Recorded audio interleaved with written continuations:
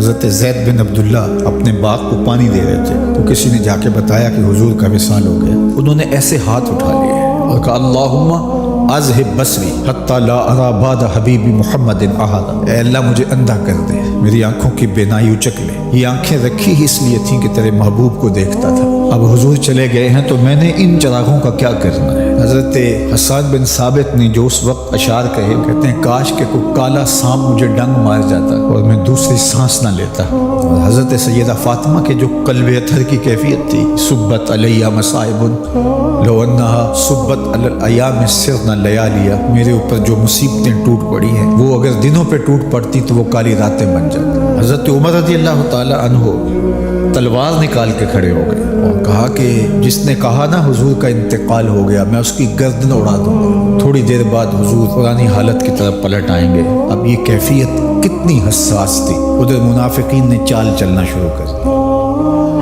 انہوں نے کہا حضور کے دم سے ساری رونقیں تھیں، اب وہ چلے گئے تو اب کس نے نمازیں پڑھنی ہیں، اب کس نے روزے رکھنے ہیں، اب کون جہاد پہ جائے گا۔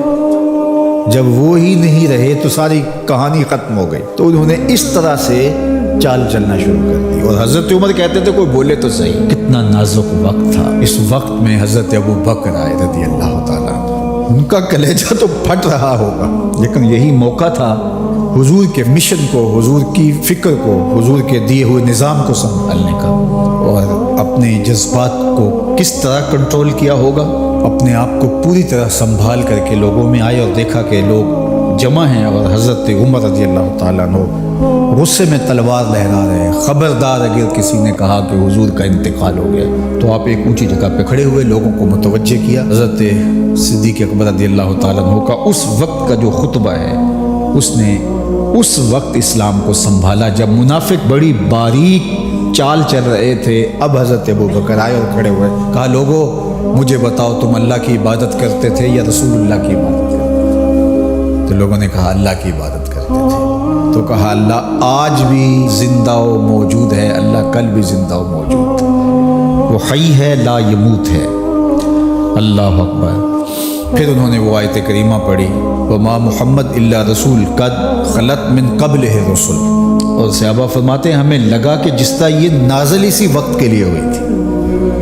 اور پھر لوگ سنبھلے اور پھر حضرت سیدنا صدیق اکبر رضی اللہ تعالی عنہ نے اس مشکل وقت دین کو سنبھالا اور پھر حضور علیہ الصلوۃ والسلام کے مشن کے لیے کھڑے ہوئے۔ لشکر اسامہ بن زید بن حارثہ رضی اللہ تعالیٰ عنہ کو روانہ کیا جا چکا تھا، حضور نے خود روانہ کیا تھا۔ ابھی جرف کے مقام پر ہی یہ لشکر پہنچا تھا، مدینہ المنورہ سے تھوڑا باہر نکلا تھا کہ حضور کے وصال کی خبر آئی تو یہ واپس آ گئے۔ تو بعض صحابہ نے کہا کہ اب مدینہ المنورہ کے حالات وہ نہیں رہے، اطراف کے اندر قبائل سر اٹھا سکتے ہیں جو دبے ہوئے تھے۔ اب حضور کے وصال کی خبر پھیل گئی ہے تو کوئی مدینہ المنورہ پر حملہ نہ کر دے، اور بہترین جنگجو اس لشکر میں شامل ہیں، تو اگر حملہ ہو گیا تو پیچھے سے دفاع نہیں ہو پائے گا، تو لہٰذا اس لشکر کو حکمت یہ ہے کہ روک لیا جائے۔ حضرت صدیق اکبر رضی اللہ تعالیٰ عنہ نے کہا کہ نہیں، یہ حضور کا روانہ کردہ ہے، جا کے نہیں، بلکہ آپ نے تاریخی جملہ کہا کہ اگر مجھے یقین ہو کہ جنگلوں سے جانور آ کے ہمارے جسم کی بوٹیاں بھی نوچ کے کھا جائیں گے، یہ لشکر پھر بھی روانہ ہو۔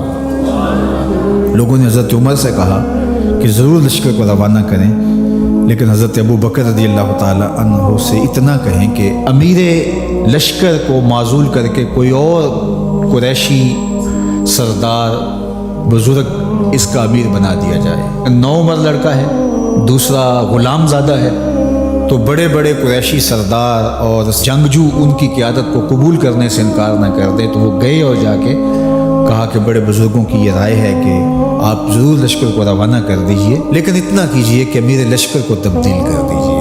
حضرت صدیق اکبر کے چہرے پر جلال آ گیا اور آپ نے جو جملے کہے وہ اتنے سخت تھے، سقلت امک یبن خطاب، اے خطاب کے بیٹے تیری ماں تجھ کو روئے۔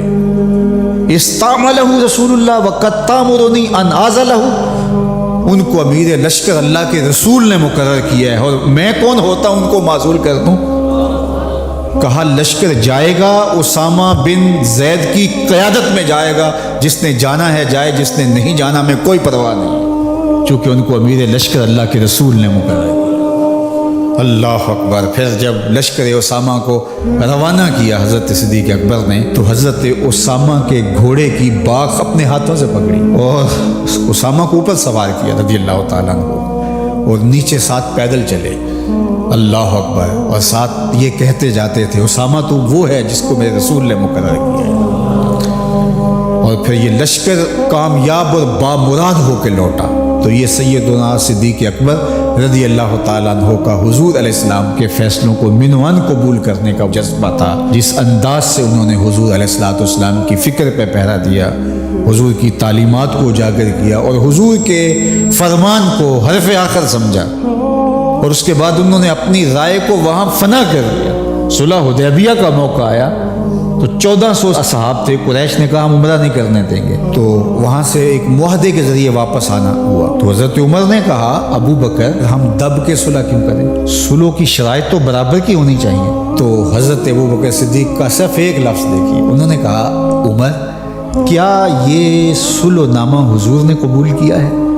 کہا کیا ہے۔ کہا ہوا رسول اللہ، کہا وہ اللہ کے رسول ہے۔ اللہ اکبر۔ کثرت صوم و صلات کی وجہ سے افضل نہیں ہے، بلکہ حضور کے لیے اطاعت و انقیاد، فرما برداری، اور حضور علیہ السلام کے لیے بس اپنے آپ کو قربان کر دینے کا وہ جذبہ، وہ آپ یہاں دیکھتے ہیں تو بدرجہ کمال آپ کو نظر آتا ہے۔